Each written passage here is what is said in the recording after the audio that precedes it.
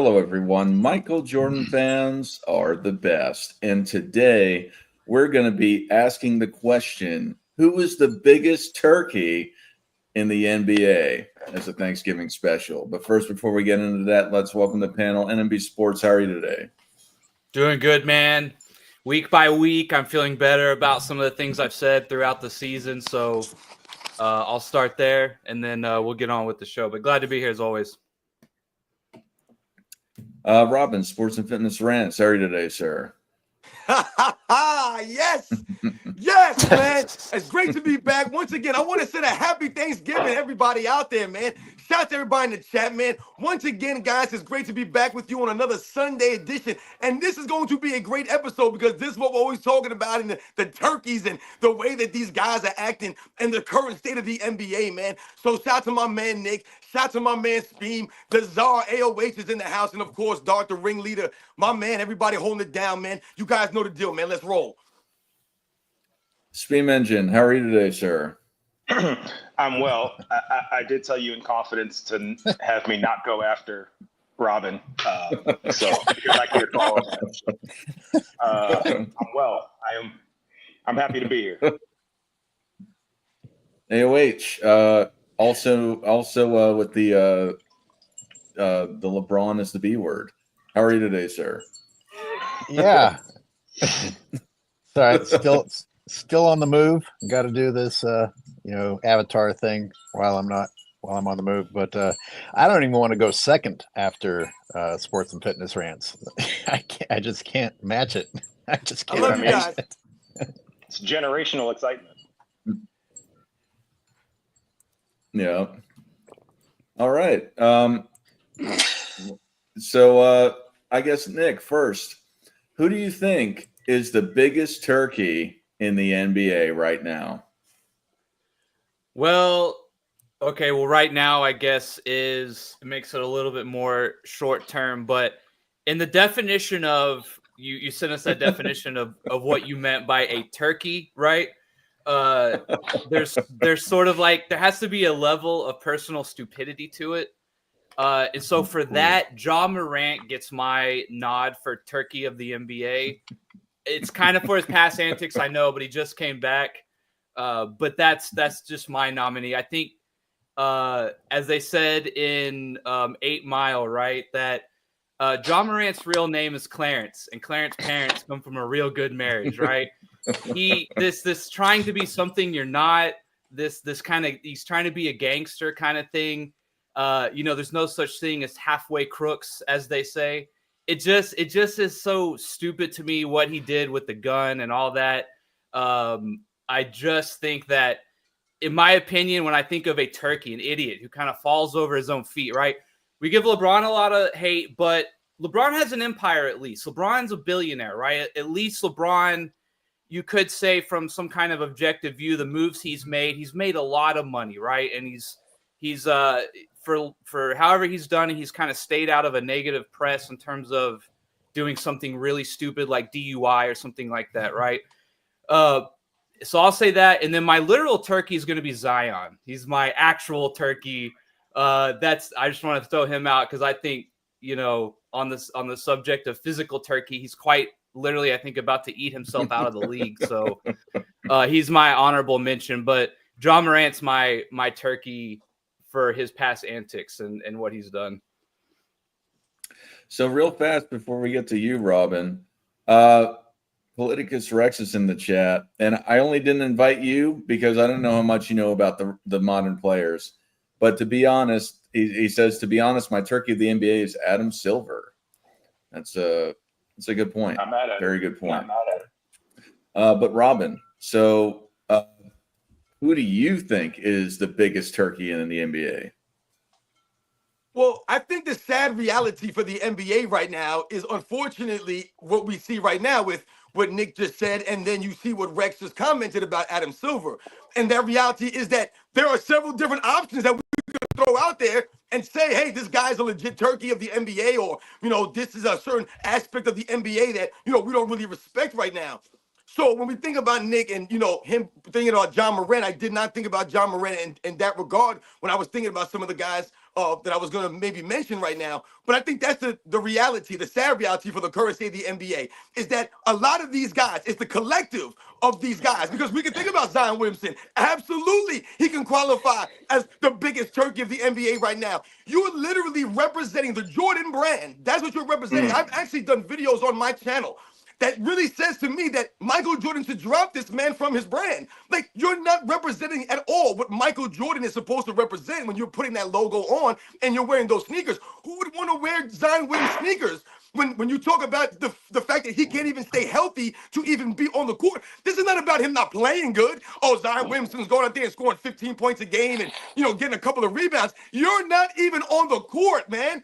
So once again, we have to think about that. That's a certain level of being a straight turkey, a clown right now for Zion Williamson. Because remember, coming into the season, they talked about how much weight he lost and the shape that he was in. But we could also think about guys like a Ben Simmons. Does he not qualify to be considered a turkey? All the money that Ben Simmons has gotten over his career and the lack of development. If you've watched Ben Simmons this season, he's still doing the same things. He's still scared to shoot those wide open layups. There's been several highlights or lowlights of Ben Simmons having wide open layups and he's kicking out to guys for 3-point shots and everyone's looking at Ben Simmons and the fans are mocking him. He's a turkey, Ben Simmons, man. No one respects this clown. You mentioned LeBron James and the things that we talk about on these Sunday shows and, the way that he carries himself. You can consider him being a turkey, but we can also go different angles here. We can go with ESPN. Isn't ESPN kind of a turkey publication? They become a laughing stock here, the way they cover the NBA. Weren't they the ones, in fact, that had LeBron James ranked 7th coming into the season? Ranked 7th.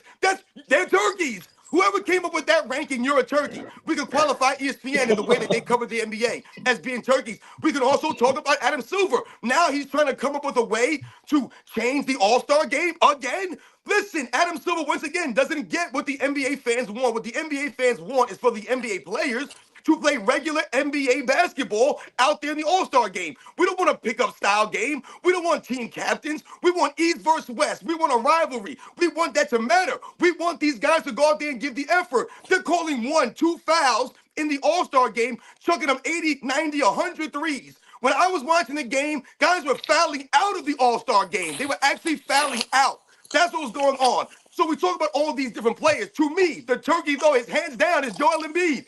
There's no bigger turkey right now when you talk about on the court, off the court. You were suspended on your day off. How do you get suspended when you're not even playing? You're a turkey. Look at the team. The Philadelphia Sixers are supposed to be title contenders, and they're the bottom of the league, man. Joel Embiid is the biggest turkey in the NBA right now. Hands down, it's him. All right, Spin. Who's the biggest turkey in the NBA? Come on. In the spirit of you want it like this? That's fine. There we go. At least I know when I'm getting screwed. I was gonna start with Brian, Windhorst in terms of like turkey-shaped people because he's losing weight now. But in my terms, it's too late. It's too late. Just accept it and accept the branding. I'm trying to narrow this down to one. I kind of want to narrow it down just to Paul George because I really, really liked him before he started publicly speaking.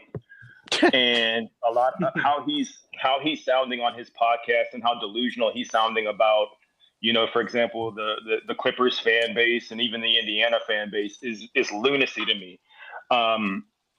I didn't really think about the context until he was comparing himself to Kawhi and saying that he should be getting paid what Kawhi gets paid.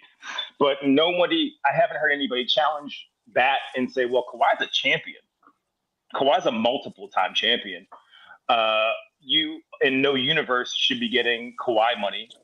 And if I remember correctly, his stats when he did play weren't that impressive. I mean, it was like 22, 6 and 4 or something like that. Not max numbers, certainly not max numbers.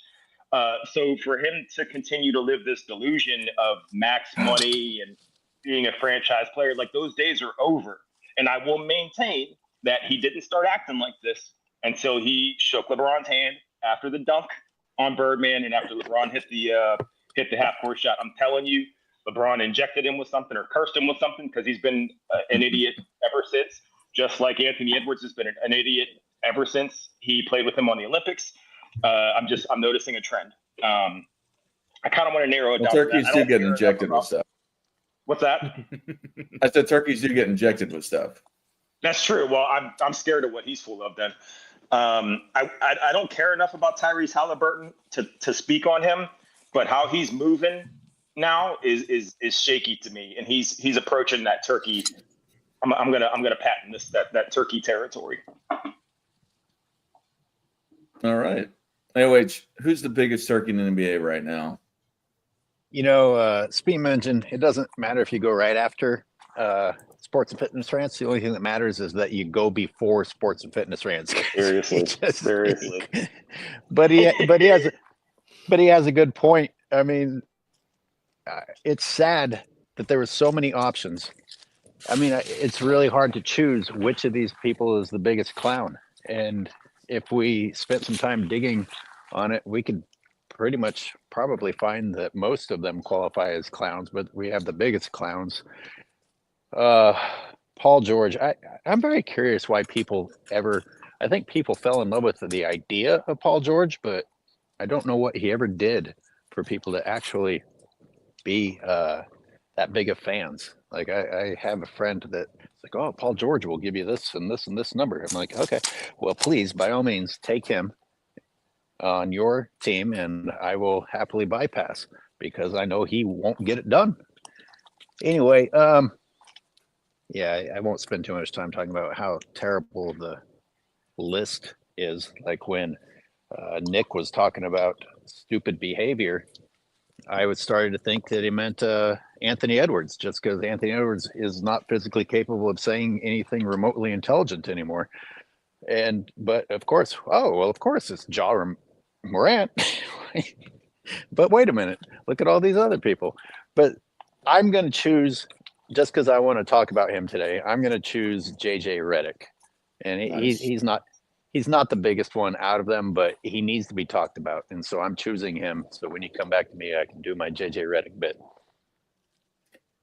Yeah, for me, I got to say that I think the biggest turkey, and I think it's been over a couple years because he seems to, well, for one, I think it's Joel Embiid, but that's already been talked about. But another guy I think is a huge turkey is Jason Tatum. This guy has the personality of a wet cloth. I mean, like a hand cloth. Like he goes and he mimics. He just shapes everything around these past NBA players. He goes, like the everything is possible thing with Kevin Garnett. He's always stealing lines from people. Like he pretends that he's these guys. And what does he do otherwise? I mean, they're doing well in respect to their record. They won the championship last year. But for somebody who really just mimics everyone else's personality because he lacks one, is kind of entertaining. And everyone's heard the jokes about it over the last couple of years.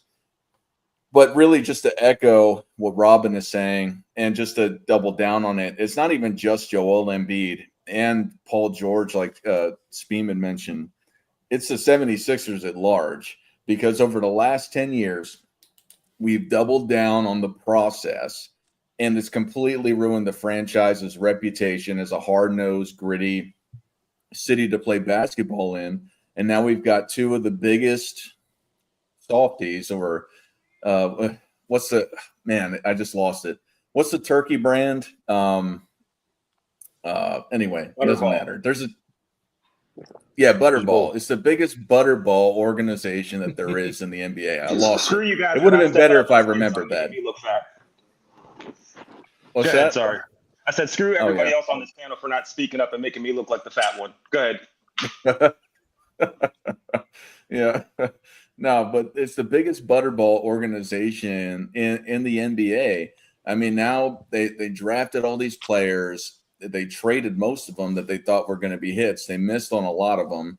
And now you got Joel Embiid, who doesn't play back-to-backs. You got Paul George, who's constantly injured. It's laughable. It is the biggest turkey in the NBA, outside of what I think that we should talk about with Rex and what AOH had talked about, just kind of these leaders of the NBA. Adam Silver I think has just really fumbled the NBA over the last 5 years. I think there was a good run for him, particularly with the NBA, with the Warriors and the Cavs. I'm not saying it was the best era ever, but I think that it was a good run. I think everyone would have to admit that, the ratings were doing pretty well. That rivalry, it's always good for the NBA. But now with the in-season tournament, the All-Star game just completely fallen apart. I think Rex is right. I think that Adam Silver might be the biggest turkey revolved around the NBA. What do you think about that, AOH? And you had mentioned JJ Redick as well. Oh yeah. Well, thanks for going to me, because I'm just curious what Jason Tatum has done that inspires people. I see a lot of people come to his defense and be like, "Oh, well, why do you guys hate on him?" And I don't, but I'm also like almost unaware of him, because what has he done that is just like, wow, I just have to watch this guy. Like I kind of get the sense that the Celtics would be successful with a replacement for him. He checks all the boxes, but at the same time, I'm just like, whatever makes you say, wow? But I don't want to waste my time on Tatum, but I'm curious if anyone listening wants to explain that. Whatever happened to just being blown away by somebody to where it was undeniable? Like you just had to be impressed by them and not start making, stop hating excuses. The Adam Silver thing, you could do it. We should probably do a show on this sometime in the future, because you hear some people try and say that it started with David Stern, and I'm not quite sure how they came to that conclusion. Adam Silver, I'm going to start talking about, the chicken or the egg thing. Did LeBron cause it, or was it their dedication to try and make sure that LeBron was finally their next GOAT that caused it? Because it seems like we talked What do about you got to this say before. to all that? Oh, sorry. Yeah, go ahead. I'm done. Go ahead. Okay. Yeah, I wasn't sure if you were. There was a pause. I'm never done. Speen, what do you got to say about? Oh, go ahead. Sorry. What's up, Nick? Nick is like. I was just gonna say, yeah, real quick on. It's like when I think of a turkey, right? Just on Windhorse and JJ Redick, they haven't quite had like a comedy of errors to their downfall because of their stupidity. Not yet, right? Like Windhorse, kind of love him or hate him, he kind of did his own thing and got out, right? I mean, JJ Redick so far has fallen upwards, right? So I guess they're more weaselly. I think that's more of a proper way I kind of see them. They're kind of weaseling their way to get what they want. And so, like, so far, I don't see them as a turkey yet. They have not quite been put in the oven yet, if that makes sense. I think I understand what people are saying, but Redick so far has just kind of, fallen upwards, like I said, right? So I don't see him as a turkey yet. Like, I think it's coming, but that's just kind of how I see it. Listen, Since no, Redick is mine, and I didn't even get to talk about him. Yeah, you wanted to talk about him, so I was just kind of maybe giving you something else to chew on or shoot back at. Let the record show Angry Hoops is taking something from a black man again. Go ahead. I want to laugh at it, but I don't even understand what you're referring to. I'm about to take away from a white man, JJ, but I hear people. I've heard some dialogues out there that make it sound like JJ is being praised just because he's white, or he's their boy, and everybody's praising JJ while Darvin Ham got thrown under the bus for and they have the same record and all that. I don't even think it's about JJ. I think it's about LeBron, because JJ and LeBron are closely associated. The JJ move, whether LeBron wants to deny it to his deathbed, is a LeBron move. Just like the Westbrook move was a LeBron move. And LeBron, if JJ is shown as a failure, then that reflects poorly on LeBron James. So are they defending JJ, or are they defending LeBron by pretending that JJ is good? all right, listen. All right, it's very simple.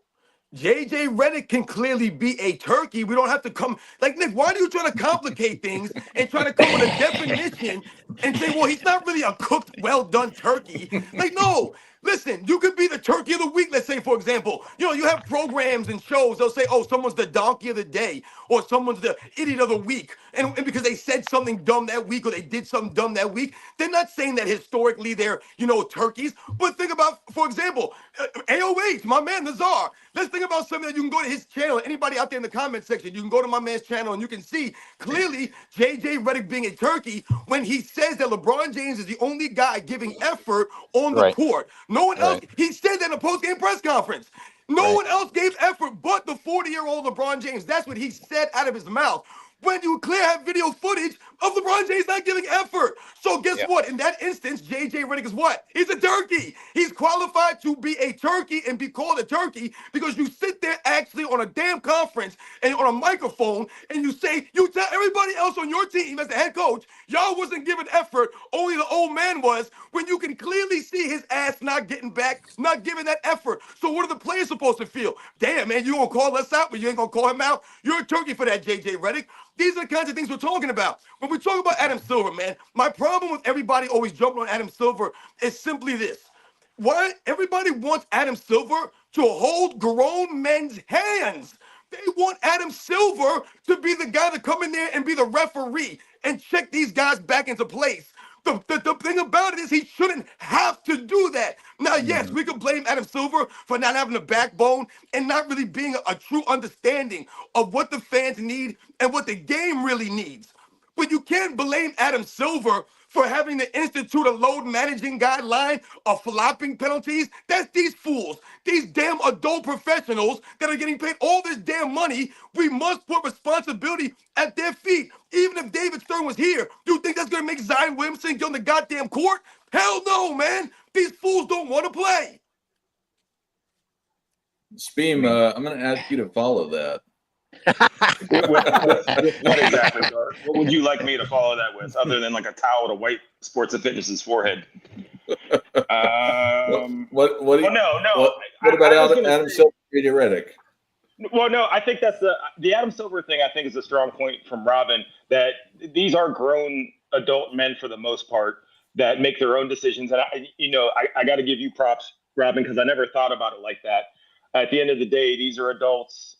Legally, they make their own decisions and should live with the consequences. And that's not on Adam Silver. But I will say that under previous leadership, there was somewhat under Stern, there was somewhat of putting of the hammer down. When stuff took place. For however you want to see the clothing thing, when Iverson was wearing the do-rag and they switched up how players dress. For however you feel about it, Stern, he stood strong on it. There was no wavering. There was no, this is exactly what it is. And you're not getting that from today's leadership. So, while I think he is a weak goblin man person, it's not up to him. I do want to say, though, the Lakers fans in general, at least the LeBron fans, I should say, are collectively turkeys for not apologizing to Darvin Ham, writing him a letter, getting him gift baskets, getting him Christmas gifts, Kwanzaa gifts, whatever, Hanukkah gifts, whatever he celebrates, because that man's owed a huge apology. They put, and someone said this in the chat, they put all this stress and attention on that little tournament cup. If you think about it, Darvin Ham is right now more of a winner than JJ Redick is, and probably ever will be, if you go by those guidelines. So I don't hear any of the analysts apologizing to him. I don't see any fans saying anything. I don't see any Lakers saying anything. Collectively, I think they're the turkey. Darvin Ham should be a head coach. He should still be coaching the Lakers, quite honestly. He earned that, as far as I'm concerned, going through all that, drama and stuff. But yeah, I would say that's my most. Speed mentioned A.K.A. Bomani Jefferson. Okay, yeah, go ahead. Move on to someone else. Real quick on Silver, though, people need to remember, commissioners like Goodell and Silver, they represent the owners, right? And so as we have this evolution of players having more control, right? And the Players Association represents the players, right? But if we have this continuing evolution of players having more and more say, more and more control, that is going to influence the owners, and the owners will reflect that whatever they allow to happen, right? So that's why it's not just an Adam Silver thing. It is a cultural thing. It's way deeper than just one guy. And that's why I think this is kind of the other side of the coin of players getting more influence. They're going to tell the owners what they want, what the guys are saying. They want to be liked. It's now the banana boat culture. And so when they go to negotiate, those relationships will be reflected in terms of what they talk about and what they allow, right? So I just want people need to remember the commissioners represent the owners at the end of the day. Nick is actually setting me up nicely because I wanted to go back to something Robin said, and Nick kind of touched on it. It's failure across the board at this point. You've got the players that aren't going to act like adults because nobody is spanking them into acting like adults. Well, where does that failure actually begin? Something's wrong with them if they as individuals don't want to do that, no matter who's in charge. But then you have whoever raised these players that are in the league right now, and we can point the blame at them and how many generations back that's gone. And we can look at the fans that don't care and are fine with it because they're exactly the same type of people as these players, except they're not rich. Like, stop hating. I don't want to be held accountable. And these people are my heroes because they don't get held accountable.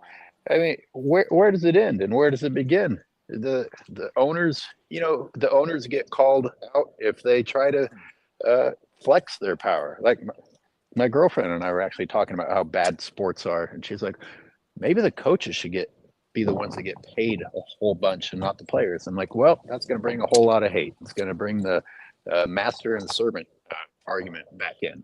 But if players are going to act like this when you give them all the money, then obviously giving them the money was a mistake. How do you argue with that? Giving them the money and the power led to problems. They aren't mature enough to handle being given those privileges. It's parenting. Here, we're going to give you some privileges because you have all this talent and you're going to bring something to the franchise. And what do they do with their privileges? They take a shit all over it.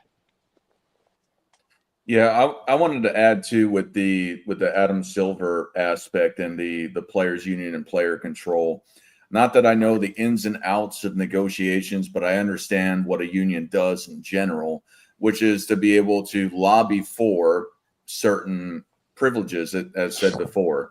So when you have these guys, and there's obviously pushback by the team ownership, and I think part of that, and with the NBA at large, is that they did the 65 game for award thing that they've already had all these bonuses for. So I think that Adam Silver, to your point, AOH, with some of the proverbial spanking, is that I think they're trying to do things, but I think that they've let the discipline out of the NBA, or the will to win, the drive to do better. I'm not saying it's non-existent, but in respect to how it was in the past, they've got paid. All the players seem to be having a silver spoon in their mouth, so they don't really care if a lot of them don't even care. It seems. I think Kawhi already missed the 65 game mark. That came out recently. Why should they care? What's his punishment? He's still getting rich. He still has a guaranteed contract. And if I can respond to, Adam Silver is trying. Well, look at how he's trying. The players, despite getting disciplined last year, are having a talk to about, hey, come on, show up for the All-Star game. They still didn't. So what's Adam Silver do this year? He tries to tweak the All-Star game. Let me ask all of you guys, was there ever anything wrong with the idea of an all-star game with the best of the best coming out there and competing in 5-on-5? No, the players are what's wrong. But what's Adam Silver doing? It's like, well, maybe if we adjust it like this, and if I find a way to accommodate these spoiled brat children that will pique their interest. This is a parent who's afraid to spank. He's trying to motivate the kids by giving them more incentives rather than saying, listen, you little shits, you're not earning this anymore. Now, what does he do? I don't know, but continuing to do all these tweaks and, gimmicks as Sports and Fitness Rant said, and that's exactly what it is. It's all these gimmicks to try and trick people into still caring about the All-Star game. There was nothing wrong with an All-Star game. The players are what ruined it. And Adam Silver is still trying to dance around the core problem that the players have become the actual problem. Yeah, no, I agree 100%. Yep. I wanted to say something about like the player aspect of this. I feel like we must understand and talk about when we talk about the standards, and we're talking about these players, and we're talking about all the things. Think about what we're saying. When we talk about these, we're talking about the best players, the top guys in the league. When you talk about the NBA All-Star game being trash, we're not talking about the role players messing the game up, the other guys. We're talking about the best players, the top 15 or 20 guys in the league. These are the guys that are ruining the game. It's not necessarily Adam Silver or the fans, or they changed the rules. Oh, this guy didn't have a dad growing up, and he had no mama, or he came from a certain aspect of an area of a world, of the country, man. It ain't got nothing to do with that. It falls at these guys' responsibilities, man. I don't care about how much money they got, how old they were when they got the money. None of that matters. There's no excuses in life, man. Don't nobody want to hear this crap. It's on these guys as grown-ups, as professionals, as human beings, man, to understand life. When you go through life, regardless of your mama, your father, where you're from, the color of your skin, regardless of any of that stuff, we all are gonna go through things. And what happens as you go through these things in life? You learn from these things. And what happens as you go through this journey? You understand how you get respect from people, how you earn respect by holding yourself to certain values that you see going through that very life. So when we talk about LeBron James making a decision, what is he doing? He's setting the example. He made that decision to do that. That falls on him not having a dad and him not doing this or that. That goes on him. He did that. So in turn, what happens? You have Kevin Durant come back in 2017 and pretty much make the same decision. He made that decision. That's on Kevin Durant. That's why we clown him. That's why no one respects him.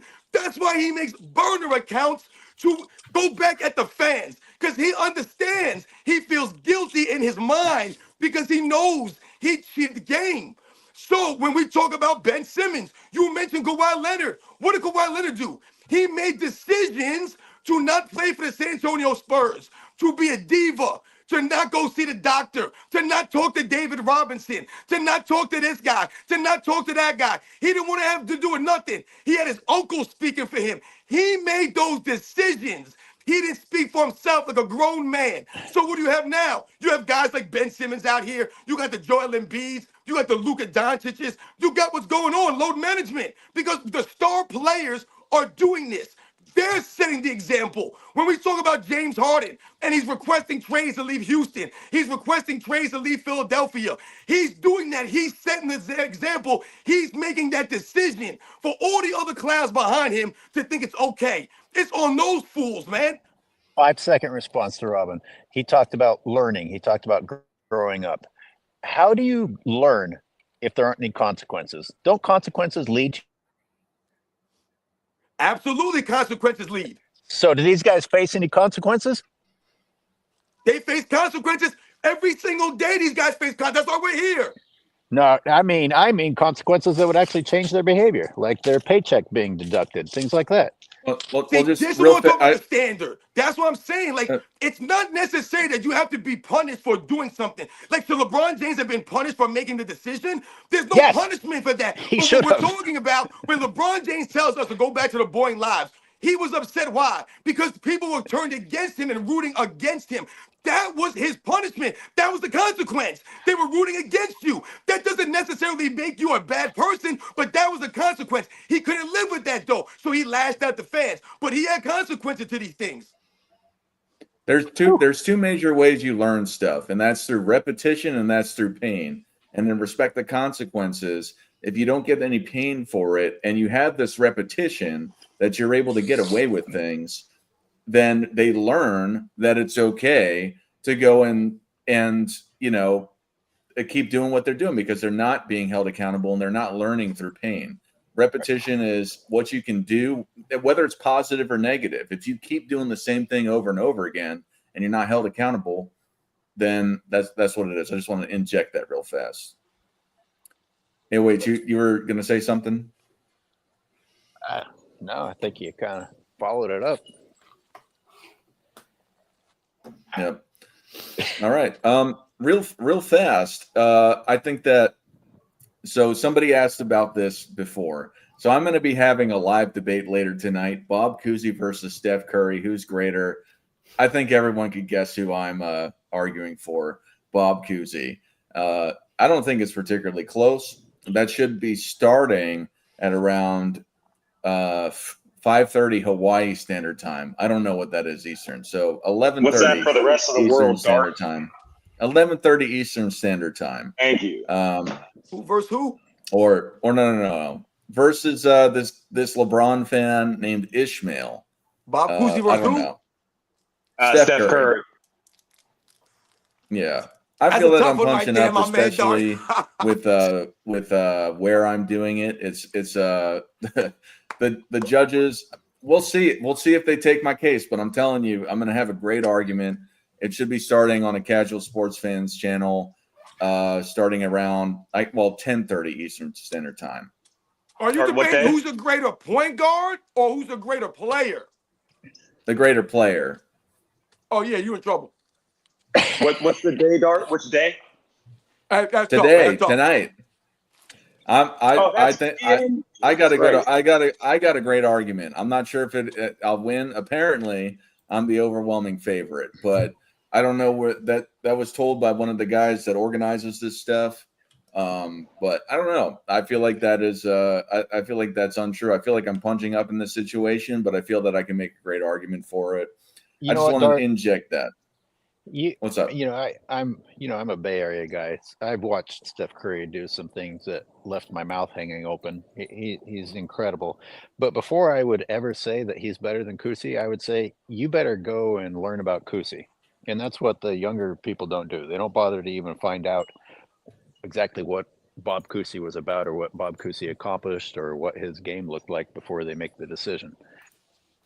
I'd be That's amazed. what I say. If you're debating who's a greater point guard, then absolutely, you could absolutely make that debate easy because Bob Cousy literally is one of the great point guards in NBA's history. Steph Curry's not necessarily a point guard, but we're talking about the player and the impact on the game, man. It's tough, man. I won't go and run through everything right here because I think it will detract from this, but I think I can make a strong argument. I may not win, but I think the bottom line is people will learn a little bit about Curry Cousy at the very least. So Yeah, good. Yeah, absolutely, Dart. With that said, are y'all ready to take some callers or? He wanted to talk about JJ Redick. Oh yeah, more JJ Redick. Well, I inserted it. I said it. I'm cheating. Zion. Are you talking to me? No, whatever. I do have one more thing to add to the Zion thing whenever you're done. Yeah, I used JJ Redick as an excuse. He's not the biggest turkey, which the only reason he's not the biggest turkey is because the league is so full of incredible overstuffed turkeys. But I was just curious. I just wanted people to chime in on whether or not this is about protecting LeBron or protecting JJ himself via protecting JJ. Speaking before, if you want to go because you don't get the chance to go before Robin.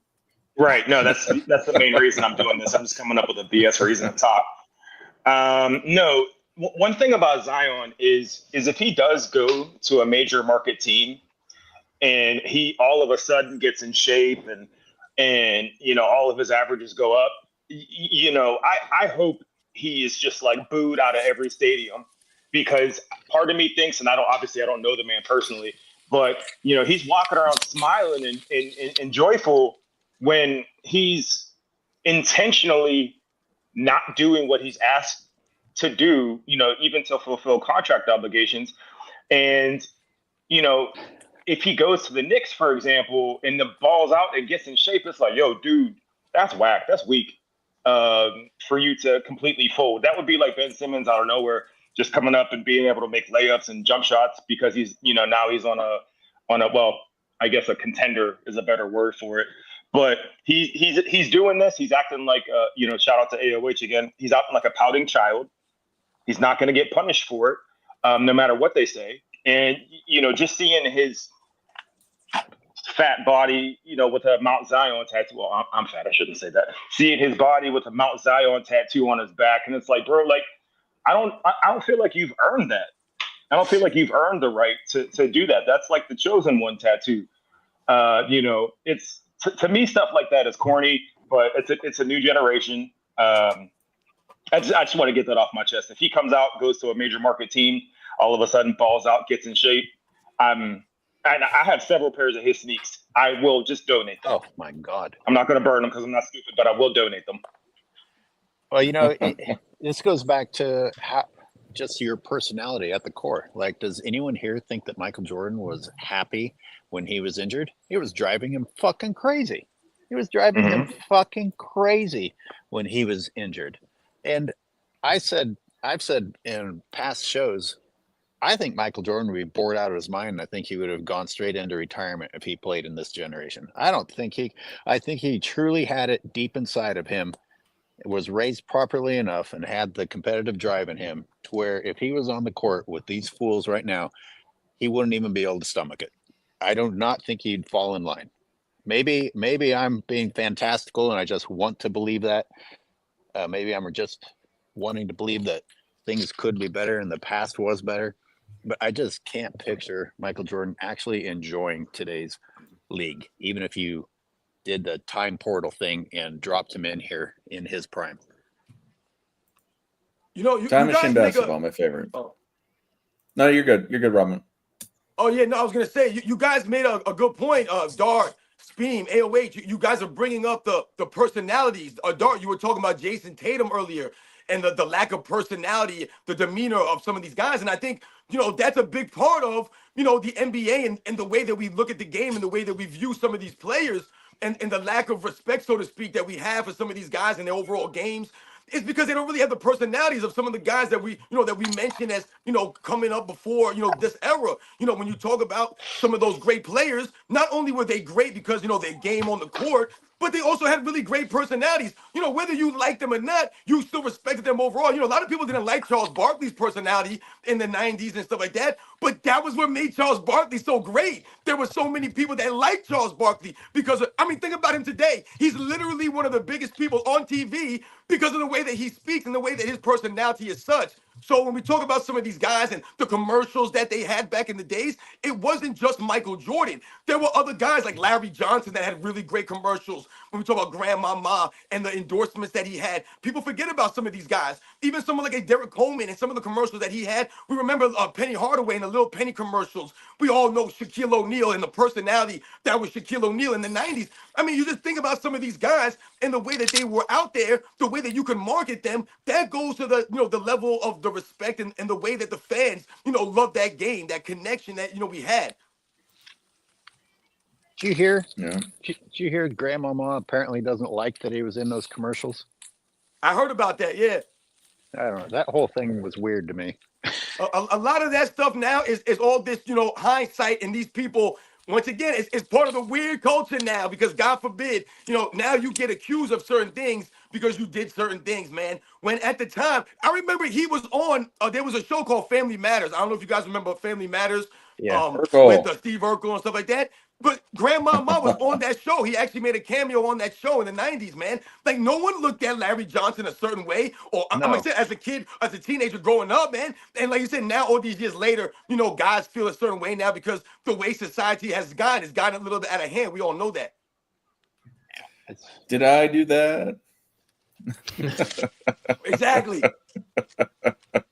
That's what LeBron says when somebody catches him in a lie. Anyway, Nick, what? That's good. That's good. That's a good one. Nick, Yes. Nick, do you have anything to add to this? I know you've been quiet lately.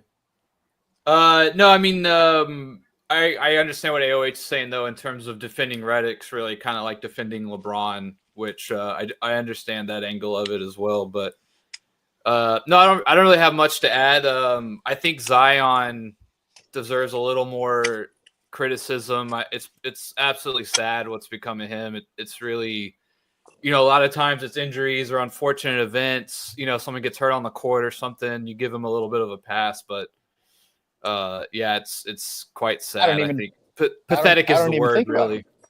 Yeah, pathetic is the word. Did you call him about Big the Bag JJ Zion? Redick thing, I wanted to say about the JJ Redick thing real quick. When we think about, like you said, are we giving him enough credit, or does he get too much credit? Is he going to get any blame? Things of that nature.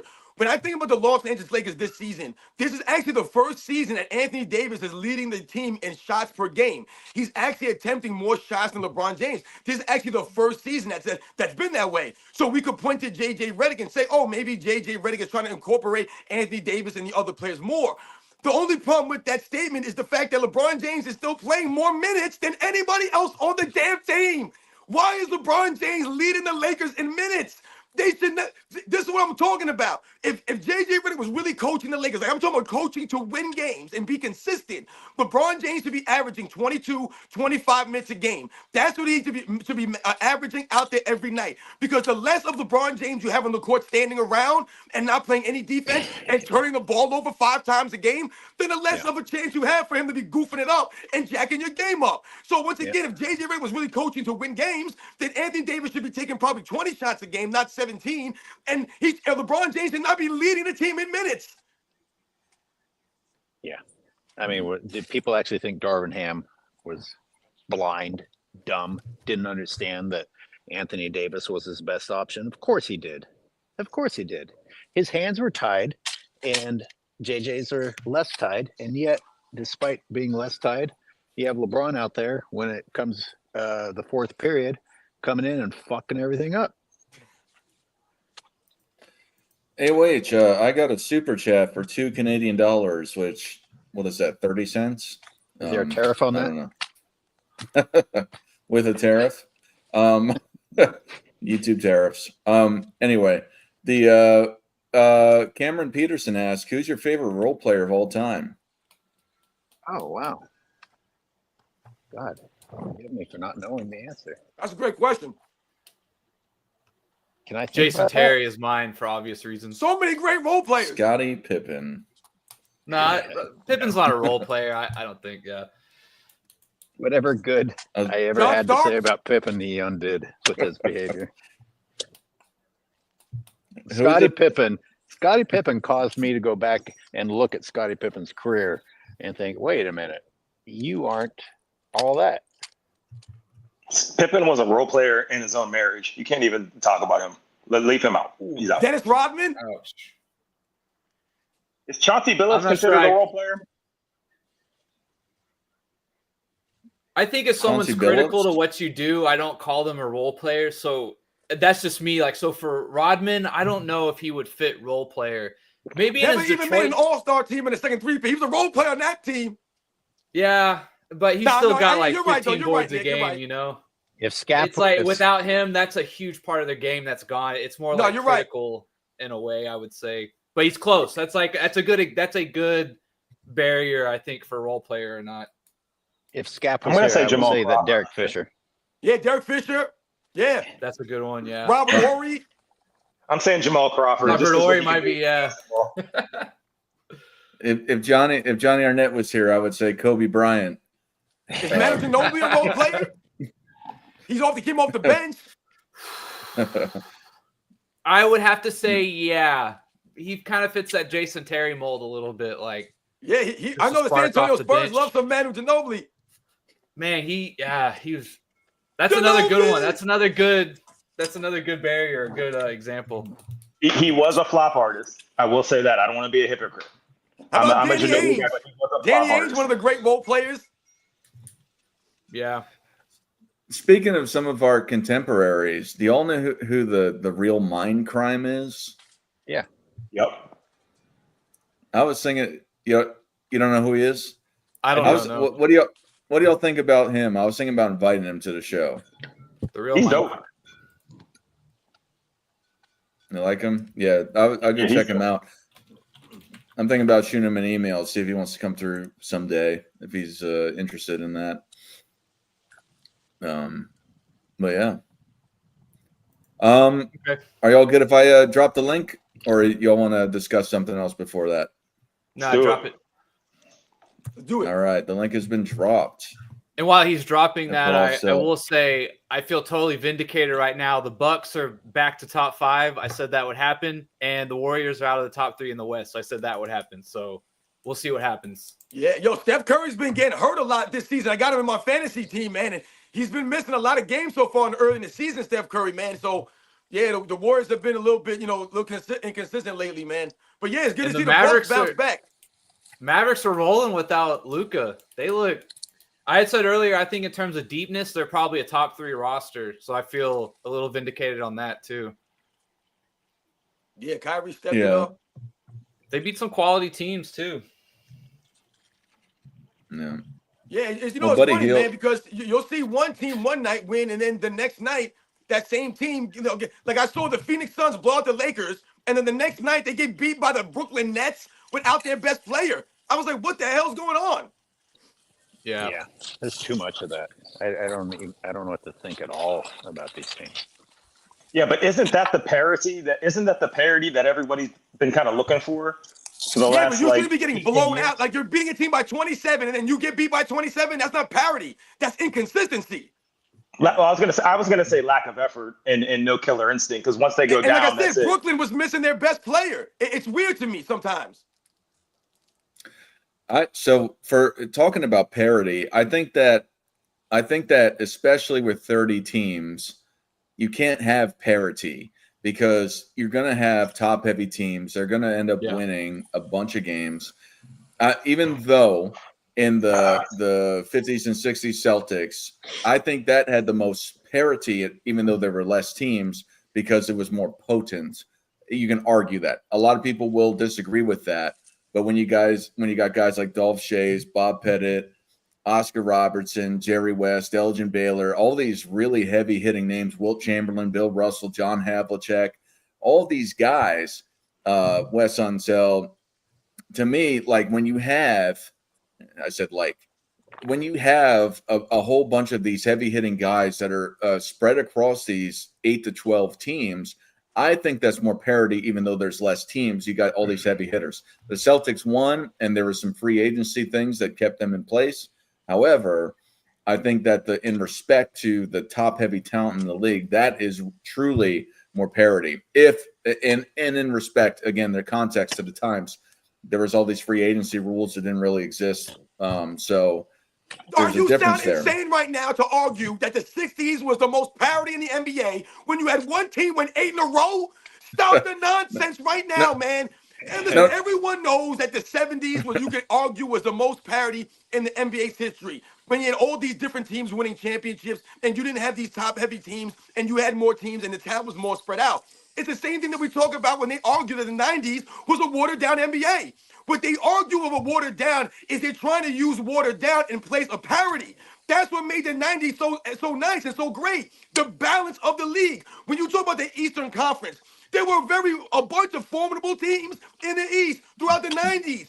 And when the way you can prove this and what highlights this is when you look at the playoffs. When you look at the playoffs throughout the 90s, what you notice is a lot of those first rounds went 5 games. Oftentimes, a lot of those second round matches went 7 games. A lot of those Western Conference Finals, Eastern Conference Finals, they went 7 games, a lot of those matchups, man, because all these teams were close. The Utah Jazz, the San Antonio Spurs, the Portland Trail Blazers, the Phoenix Suns, the Houston Rockets. All of these teams were formidable in the 90s, man, at one point in time. They all won 60 games at one point in time. That's called parity in the league because every team had a star player on it, man. That's what makes the teams in the 90s so great. That's why it's called the golden era of NBA, man, because that's why Michael Jordan is so respected, because those other guys did not win.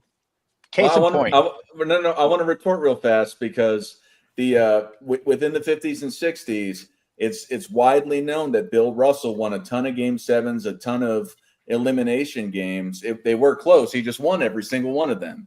He only lost 1 elimination game in his entire career out of 19. So I'm just saying. They won 8 championships in a row. They won 11 championships. 11. And you're going to argue parity? You can't argue it. You can't do it.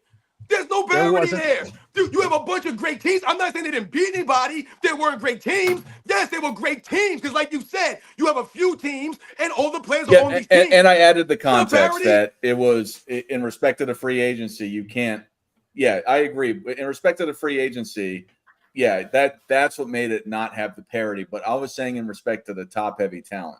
I was just retorting the aspect that it wasn't even close. There were a lot Kareem of close series. Abdul-Jabbar won 5 MVPs in the 70s. He won 5 freaking MVPs in the 70s. And he won 1 damn championship and 5 MVPs. His team wasn't sniffing the championships because there were so many great teams. There was a balance in the league. It was Kareem Abdul-Jabbar. What do people say? Oh, he ain't had nobody on the team. It was him by himself out there. That's goal parity, man. Kareem couldn't lead his team to the championship, but he won 5 Robin. MVPs. The Last Dance didn't even have room to fit in the Tim Hardaway, Alonzo Mourning, Miami Heat. And those were great games. That's how good the 90s were. Didn't even have room for that matchup between the Bulls and the Heat in the Eastern Conference playoffs to fit into the documentary. That's how many great teams and competition was going on. How does Tim Hardaway and Alonzo Mourning not get included at all? Because there's no room. I mean, does that not tell you something? The most 60-win teams in any era in the history of the game was in the 90s. Most 60-win teams. There was the most 55-win teams in the 90s. That's called parity. That's many. It wasn't just the Bulls. There was the Utah Jazz. There was the Orlando Magic. He just mentioned the Miami Heat that won 60 games in the 90s. You had the Portland Trailblazers who won 60 games in the 90s. You had a bunch of teams, man, that won 60 games in the 90s. The Phoenix Suns, the Orlando Magic. There was a lot. The New York Knicks. There was a lot of great teams, man. Thank God they weren't paying those guys more. We might have all suffered. Nobody is calling in. It's because I'm doing too much yelling. no, because a lot of the guys that come on my channel hate watch, so I think a lot of them don't want to. So they should call up then. They should. I was going to say, have them call in. We can talk about anything, yeah. I'm cool with hate watchers. Like, you can go and you can talk all the crap on my channel about me and about everyone else, as long as it's not over the top, like racist or anything crazy like that. What time is your debate? All that kind of stuff. Otherwise, what time is your debate? What's that? What time is your debate? Oh, it's well, the guy who's running it shot me a message earlier saying he wants me to get with him. It's supposed to be 11:30 Eastern Standard Time. Not my actual. It's like a series of debates. I keep saying like a kid. It's a series of debates that's going to start around then. I'm going to be the main event. So it won't start exactly then. I don't know how long it'll be. It'll probably be, if I had to guess, it's 3-minute rounds. So I would guess after the judging happens, that it probably at the earliest happen an hour after that. I think there's 3 matches. I'll be tuning in. I will not be sober, but I will be tuning in. Are you sober now? No. No, I'm on the medicine website right now picking stuff to go pick up. Oh, no, for real, platform it's on. No one called up? No one's calling in. I'm going to hang up and pretend to be someone that doesn't agree with Robin. Do it. Someone said my Cowboys suck, and that is true. I don't know what they expect me to say about that. Yeah, listen, I'm a New York Giants fan, man, so I ain't saying nothing. Yeah. No argument here. You are what your record says you are. Yeah, tell them to call up, man. No. AOH calling from Cybertron. Or we could call. We could start talking about JJ Redick again. Yeah, I get. Oh. Listen, I think we can all agree, though, that Joel Embiid is clearly the biggest turkey of the NBA so far this season, man. Come on, man. There really can't be no argument against Joel Embiid, man. And you know what, Robin? I don't know. Zion. I think Zion. I don't know. I guess the thing is, like, Joel Embiid's won an MVP. For You know what I mean? a reporter. Oh yeah, that's true. I did forget about that. That's fucking pretty bad. A I guess reporter just that the eating thing quoted is crazy to me. shit that Joel Embiid had said himself. I mean, it's crazy, man. You can't make this stuff up, man. And when you think about it, Joel Embiid playing in the Olympics, but not being able to play in the NBA season. And remember, coming into the season, they made an announcement, why, for whatever reason, I don't know, that they said that Joel Embiid was never going to play back-to-back games ever, really. He's never going to do that. So you just came out and made him look like a turkey. He can't play back-to-back games? Come on. The We got 76ers. Kings. No, sorry. I was going to say we got King's Speech here calling in. How are you, sir? Hey, what's up, guys? How y'all doing? Hey, what up? Yeah, man. I just Great. I just wanted to get in and jump in on a little bit. Like y'all were debating which era had the most parity.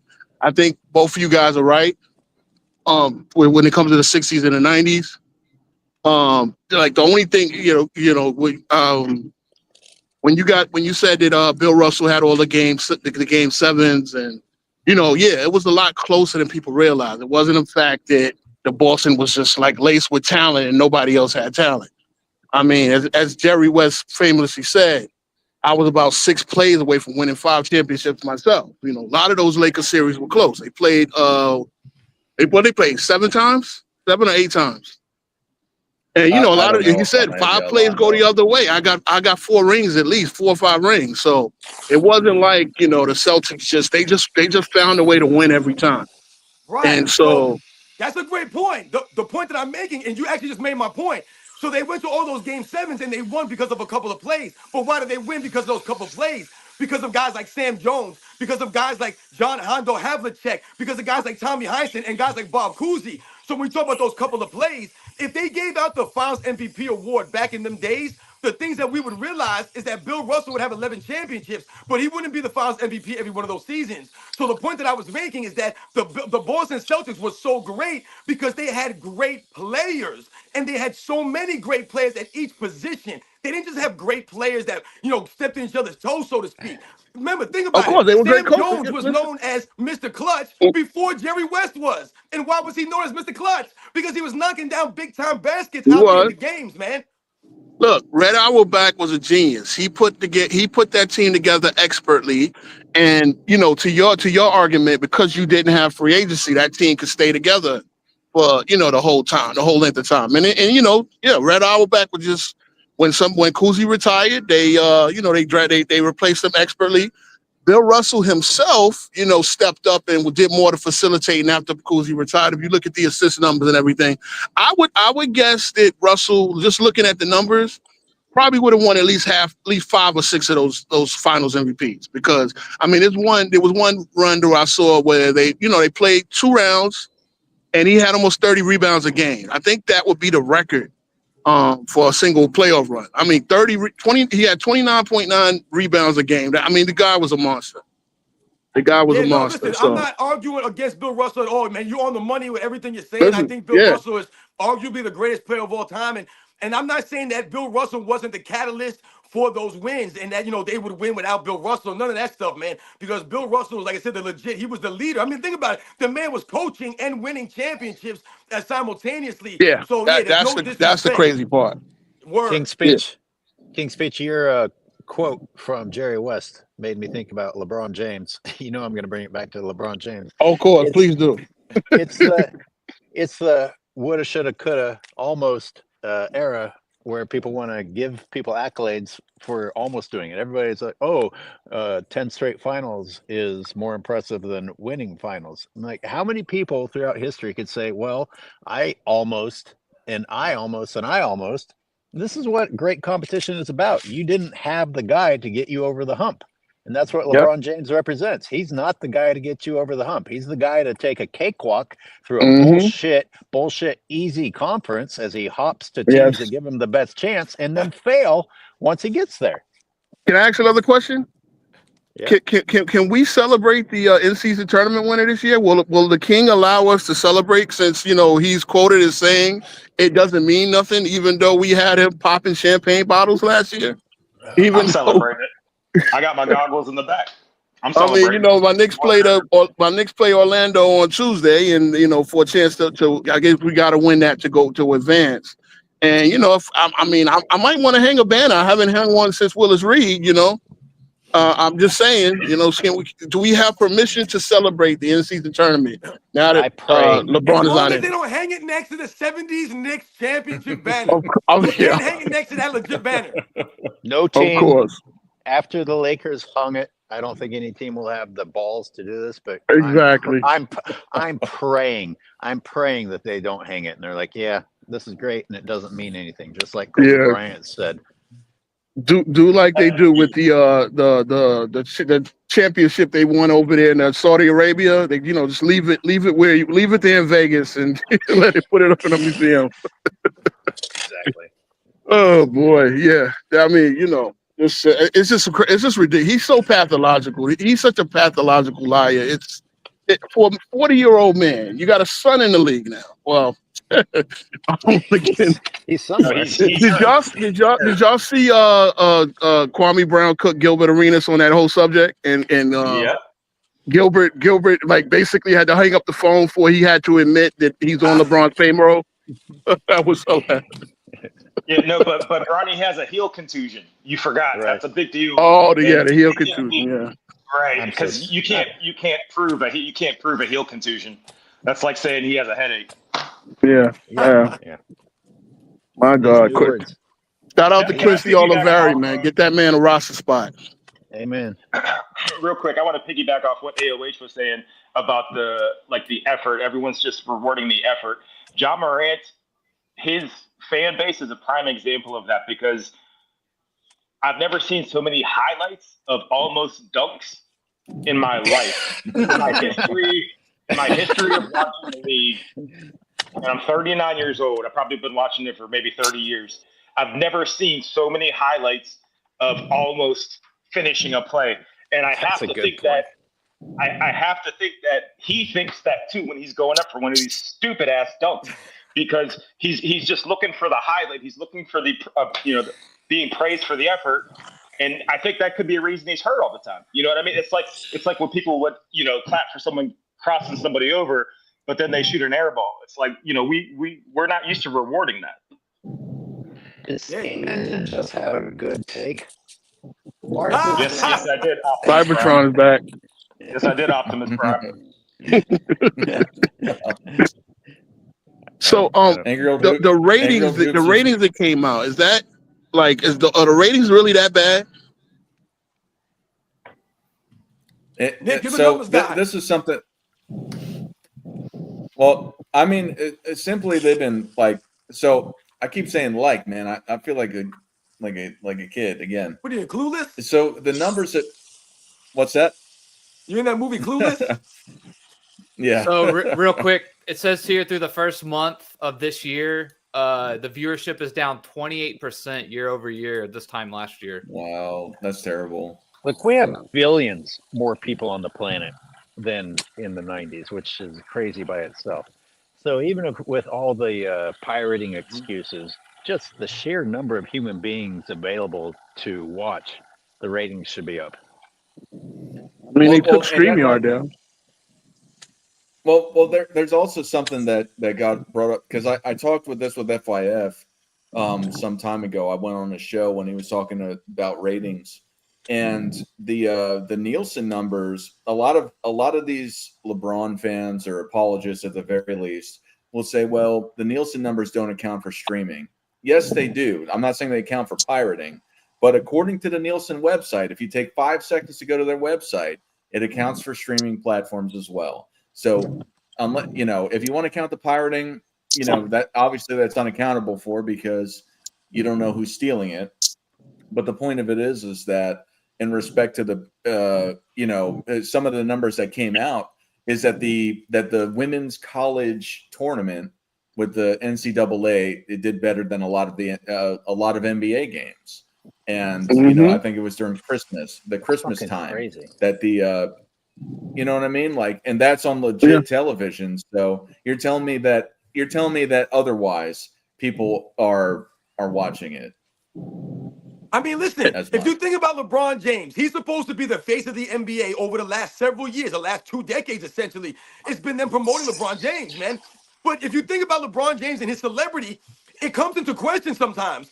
LeBron James could go out in public today and he could get booed. He could literally go out in public and get booed at a venue because people feel a certain way about him. He gets mixed reviews, so to speak, when he goes out in public. You guys ever seen Michael Jordan go out in public and get booed?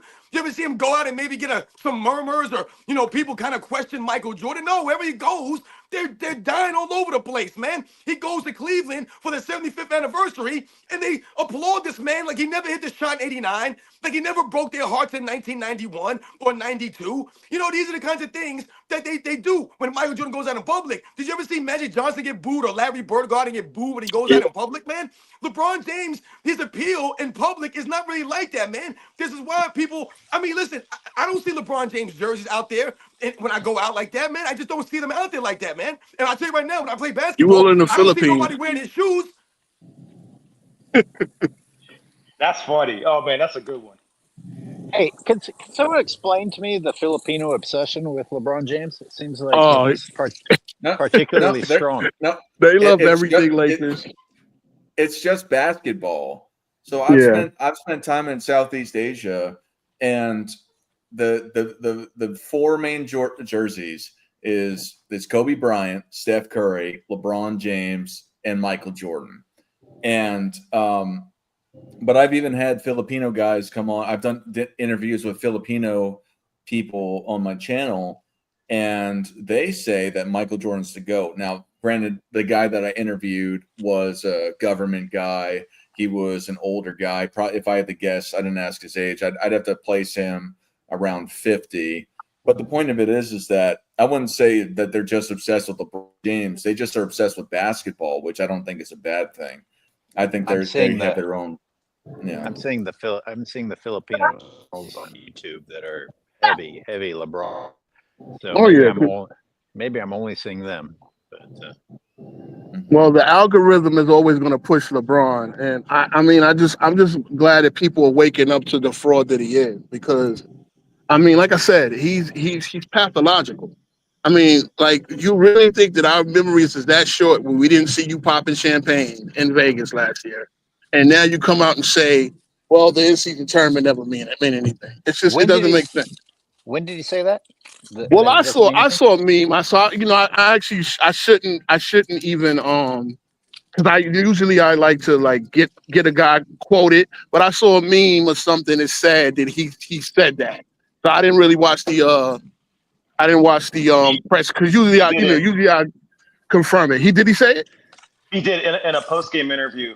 He said something about we won that championship, whatever. He said something along the lines of whatever, because he was talking about the team being healthy and being whole. And the last time they were healthy and whole, they won a championship.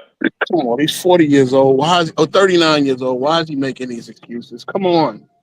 Listen, we know honestly, that the Lakers. For certain that the play-in tournament was a joke. He said whoever came up with the play-in, until he needed it 3 years in a row. Yeah, until he needed it 3 years in a row to make the real playoffs. Exactly. You guys are talking about a man that deletes tweets.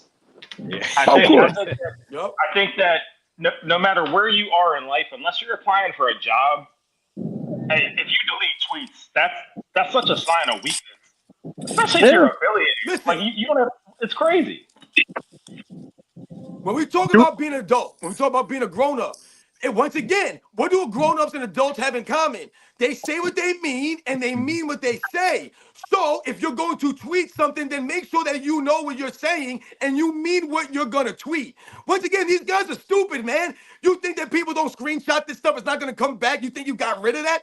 You're like the people who commit crimes and think that if they burn their laptop, they've hid all the evidence from the FBI. Oh, I got rid of everything. They're never going to find out I did it. You people are idiots, man. It's out there, man. It's already done deal, man. You left the trail. These guys do not stand on anything. Obviously, we know that there's a historical trail there, but we go back to the consequences.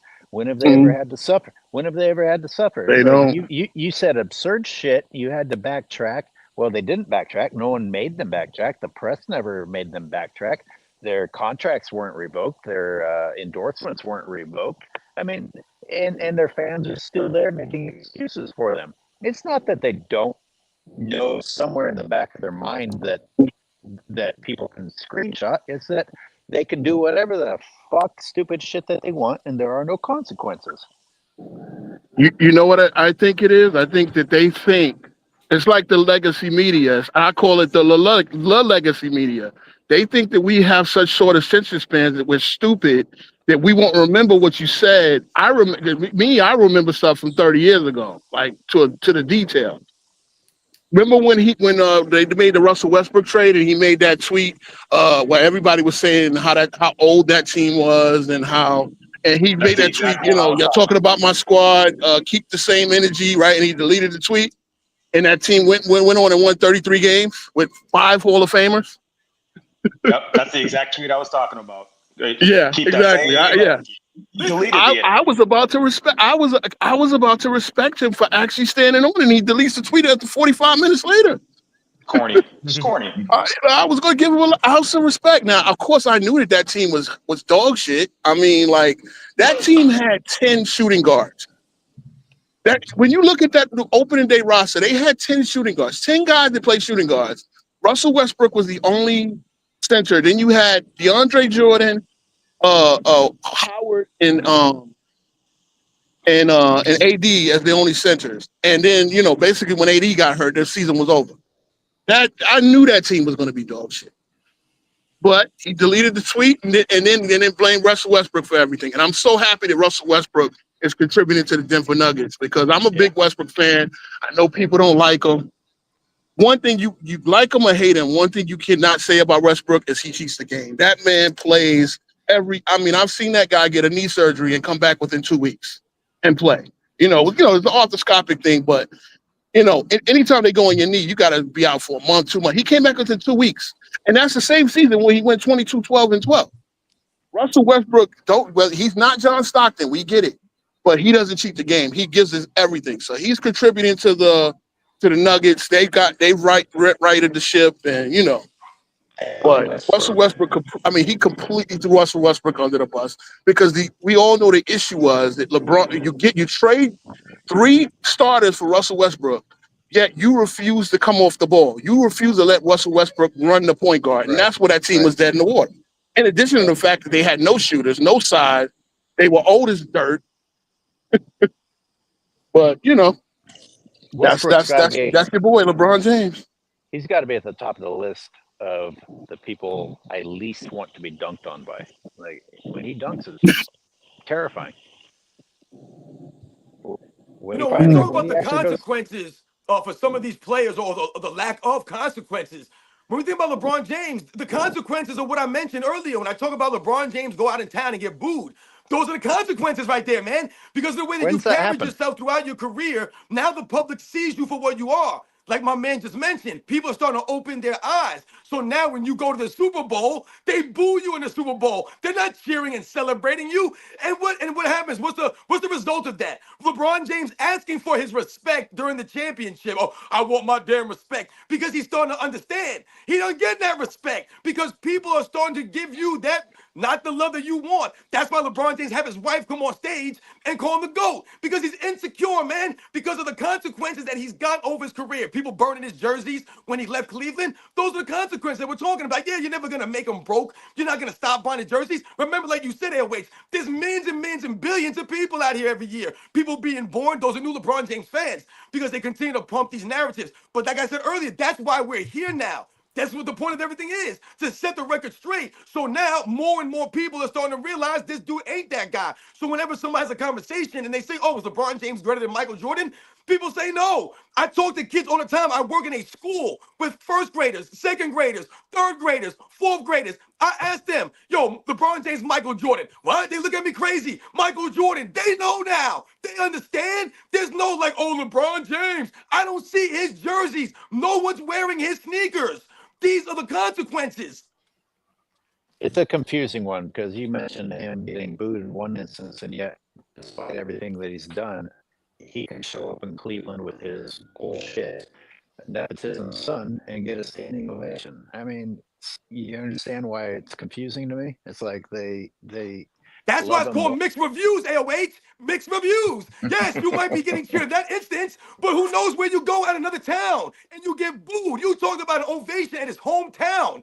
But what if he goes to New York and he's going to get the same ovation? No, he's not AOH, and you know that. That's why it's called mixed reviews. When Michael Jordan goes to New York, when he goes to Cleveland, when he goes to Indiana, when he goes to LA, when he goes to Florida, when he goes to Texas, it's the same reception. The same reception. Magic Johnson, Larry Bird, when you talk about these guys, it's the same things that they're saying. It's the same reception. It's the respect that they've earned from the people around them. Robin, they don't even rock with him in his city. That's not even his city, my bad. They don't even rock with LeBron in LA. That tells you everything you needed to hear. Remember, they vandalized his mural the first day that he landed in LA. That's called mixed reviews. That's called they don't respect you. Remember, Kobe Bryant has over 300 murals, not in the States, worldwide. Worldwide, over 300. There's no vandalism on any of them. That's called getting the reception equal around the world. The respect that you earn from the people. It's irrelevant to where you are ranked all time. This is what they were talking about. That's the consequences that LeBron James suffered from. He goes to LA and they vandalize his mural. You think he doesn't feel that? Yeah, he feels that. That's why he'll fake vandalize his home for the attention. That's why he'll fake read a Malcolm X book, because he feels all the heat that he's getting. That's why he's to pay people to speak for him. Well, I want to add one thing about that. It's because it's with him. It seems in respect to, I think that he is the biggest. He had the biggest heel turn in NBA history with the decision. Because before then, I was a huge fan of LeBron. I wanted to see him do well. But then ever since then, it seemed that he embraced it at first. But then he went back to Cleveland. I don't know if it was David Stern / Adam Silver saying, hey, you know, we need you to be the face, not the heel. But I don't think it's ever gone away from him that he is the heel of the league. He is, I can't think of a wrestling guy, maybe Ric Flair. I'm not saying he's as cool as Ric Flair, but in respect to that, Triple H. Hell no. Triple H, Triple H, the constant heel. The point Even of with it the is water that, and the baby powder, it's similar. Ah! yeah. But the point of it is That that was good. he is on top, but nobody likes him. Or I don't want to say nobody, but most people are like, yeah, this guy, you know, he's a heel. He's a bad guy. He sucks because of the decision and other decisions that he's made otherwise. And it's funny that it seems from the outside looking in. I feel really, if I had to think about it, outside of his own ego, I don't think he really would care that much because he's still getting attention from it and the money. He's a billionaire. Now, the only thing that I could think that he cares about is his ego. But the point of it is that I think it's funny that people even think of him as a face, per se, a good guy in the league, when he's done all the things he's done. He's the lead of the league. But if I had to say anyone was the face, it's got to be Steph Curry. And I think there's that, and that's something that I've argued over time, is that Steph Curry is the face of the NBA in respect to being the good guy, per se. But LeBron James, you can argue, gets more. I think he gets more attention. But to say that he is the face, I think is inaccurate. Dart, are you even a Steph Curry fan? Are you a big Steph Curry fan? No, I'm not a huge Steph Curry fan. I'm Okay. actually not a huge fan of the three-pointer. I think What Steph made you- Curry is greater than LeBron, though. What exactly makes you say that Steph Curry is the face? The not babyface arguing. assassin. They always, You're saying that Well, it almost sounds like you're saying he should be the face, or it would make more sense for him to be the face, and people are no, buying his well, jerseys, that's the but- thing, is that I think he's the face. I just think it cut out for me if I interrupted you. I apologize. When I'm saying the face, I mean the good guy. I think that if anything, LeBron is like a You're really, calling him the Captain America of the NBA. He's the hero.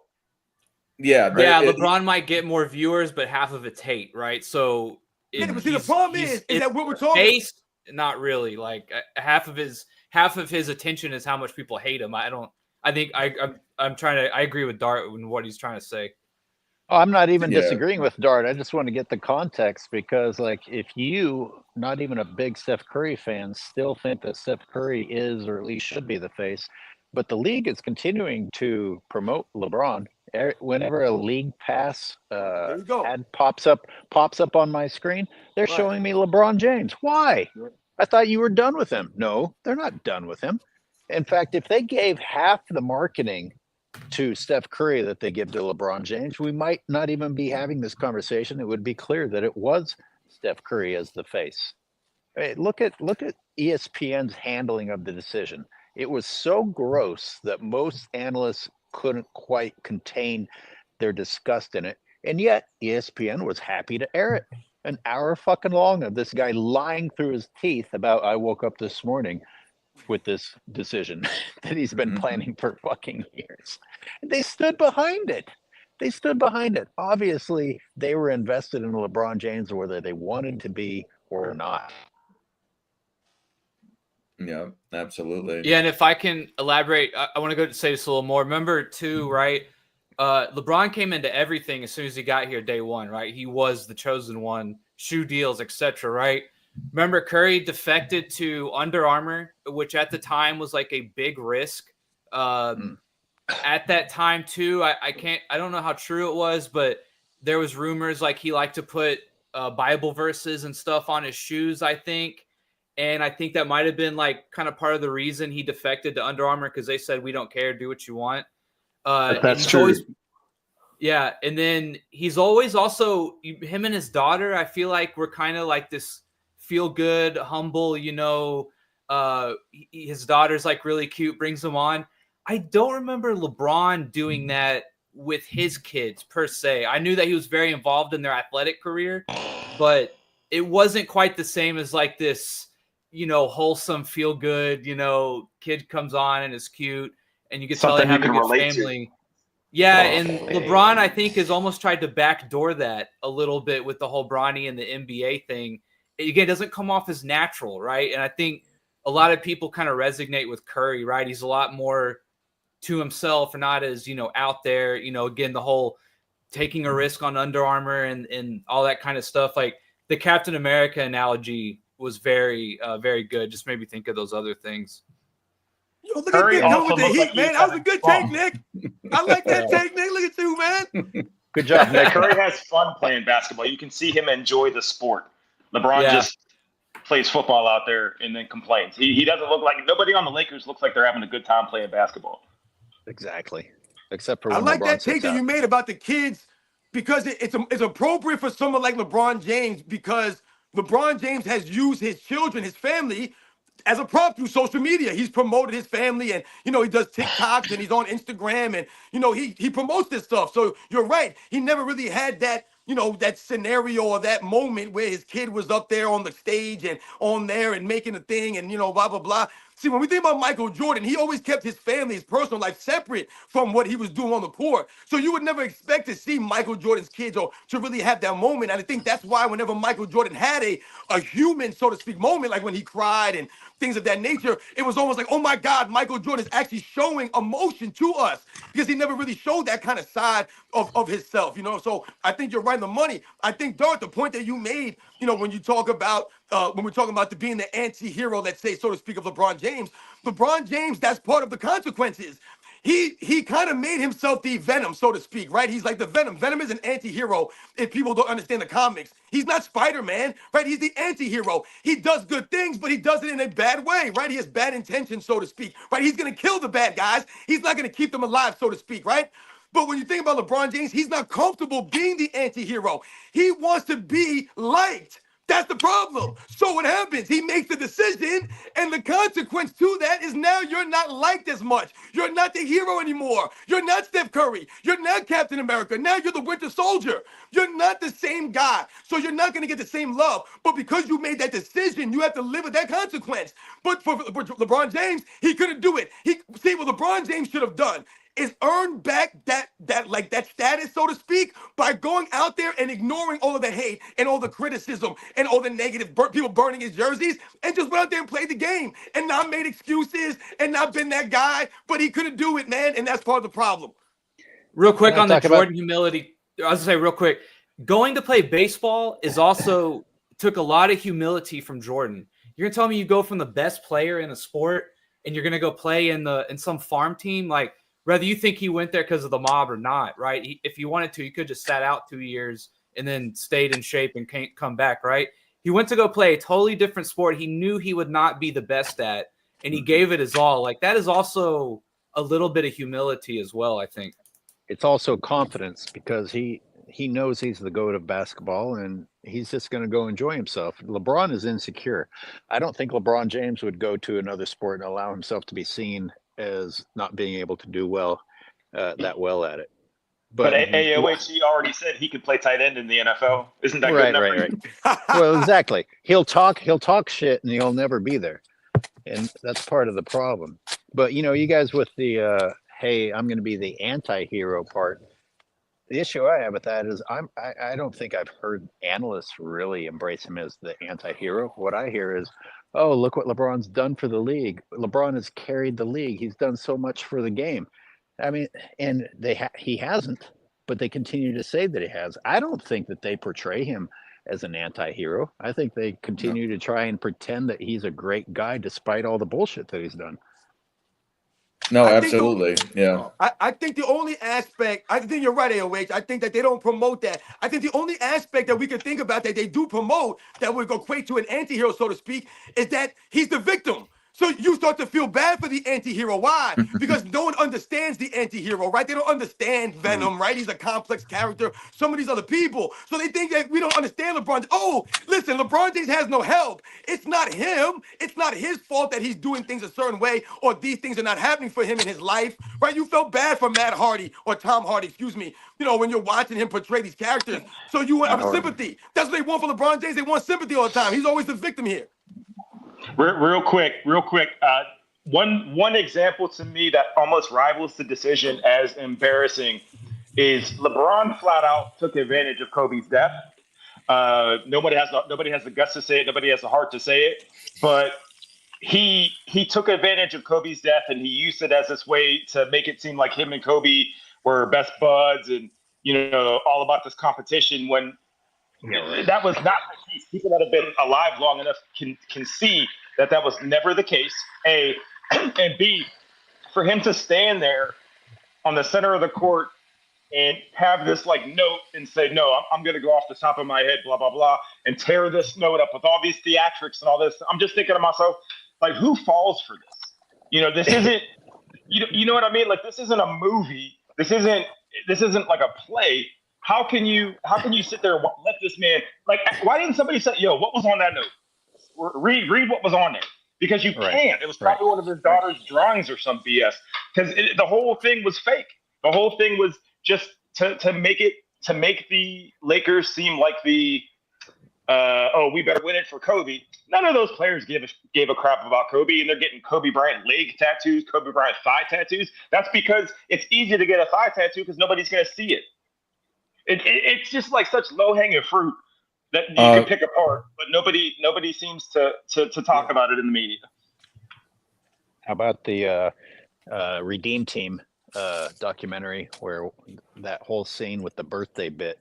And Kobe's like, who the fuck are you? But LeBron LeBron had an opportunity to, have the camera be on him and pretend like there was some sort of relationship between the two of them, and it might be the most significant portion of the entire Redeem Team that LeBron had to do with because he was shit.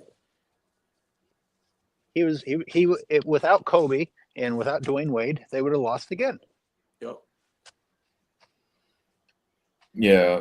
So I just got a message from Scap, and he said he went to Derek Fisher. Live to things. Derek Fisher. He went to.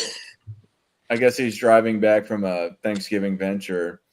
And he wanted to let everyone know he wanted to join today, but the drive that he's on is ass. So Okay, man. Endanger Happy everyone on the Thanksgiving, road. Scap. What's up, AOH? Nothing. That's another smart ass remark. No, he was talking about driving irresponsibly. I said Oh. he should endanger everyone on the road and just find his way through this StreamYard shit. Yeah. Also, Next can I time for the- pause it real quick? Hulk Hogan's heel turn to me is more comparable when he went to NWO. That's just me. Yeah, that's right. Triple H was a bad guy from the get. Yeah. Yeah, that's a great one. I like that one. Shawn Michaels, maybe. Well, listen. At least Hogan had swag, though, man. He did it with flair.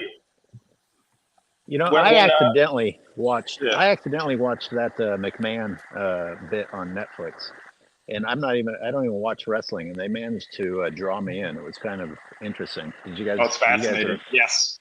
I didn't see that. Yeah. But yeah, Hogan seems like a real piece of shit to me. Ah! You said the Ric Flair documentary. I was putting the headset on. No, McMahon. about Vince. Oh, I About watched it. Vince. Yeah. You're That's fired. I didn't make it to the end. I think when he married his daughter or some shit like that, I finally turned it off. But I didn't. I guess I didn't make it that far. they were gonna do something like That that. would have stood out, I think. Yeah. I gotta get going soon, guys. Yeah, the medicine store closes soon for me. I mean, look what we're talking about. The minute. All right. Well, yeah. Thanks everyone for joining in the chat. Thank you, Cameron Peterson, for the $2 Canadian with the Dexter Yay. avatar. Appreciate it. And also, next time there's a technical difficulty where a lot of these guys weren't able to stream their own channels. If you came just looking for the show in general, thank you for coming. If you usually watch it on Sports and Fitness Rants or AOH's channel, they should be able to do it next time that we have this. I messed up on my end, so you should be able to see it next time. Anyway, with that, yeah, thank you, Chad, for coming. Last words for anybody, NMB? You got anything for the people? Well, I'd like to fun as plug. always. I'd like to plug Steam Engine because he's starting his racist show this Wednesday. All racist topics. I don't. What time does that come live? Steam? 9-ish AM or PM? Eastern Standard, 9-ish around thereabouts. Eastern Standard. Okay. Depending on the medicine store's hours. No, I would never. No, I'm not a dependent person, so. Yeah, and check out Steam Engine as well. He's streaming live here, and same with I was NMB muted that whole Sports. goddamn time. Hey, what are we doing? What are we doing Wednesday for our show, Precision Hoops? Also, Who are you asking? Dart Yeah. and Nick, whoever, somebody. What if NBA players were wrestlers, who would they be? Let's do it. I'm there for it. Let's do it. Let's do. Oh, that's fantastic. I didn't hear the topic. You guys from 3 weeks ago still haven't done the biggest bust in the NBA. So I didn't hear what you said, what the topic was. But what was the topic that you wanted to do? Cut it out for me. If NBA players were wrestlers, Ooh, that's a good one. Listen, I think that's great. that would be hilarious. We're not that far from that being basically what they are at this point. Touche. All right, I'll set it up for y'all. Robin, you have anything for the people? Oh man, listen, it's great show once again, guys. Like I said, I had a great time seeing you guys again, man. I know it was away for a little bit. Once again, happy Thanksgiving, everybody out there. I hope they had a great vacation. Shout out to Scap, for reaching out during the show. Once again, shout out to my man Speen for coming through. Nick, of course, the czar of the video footage, AOH, Dart the Ringleader. Shout out to everybody in the chat. Thank you for donating to our channels, to supporting our Sunday live stream. Once again, guys, it was a great time, man, and I'll catch you guys on the next one. Good Dart. I'll Speen, just you have go. anything for the people? Peace, love, and chicken grease. That's it. Okay. Yeah, I'm not. I told you. I'm not AOH, you got anything for? Just pretend that I said what Sports and Fitness Rant said. That was awesome. Yeah.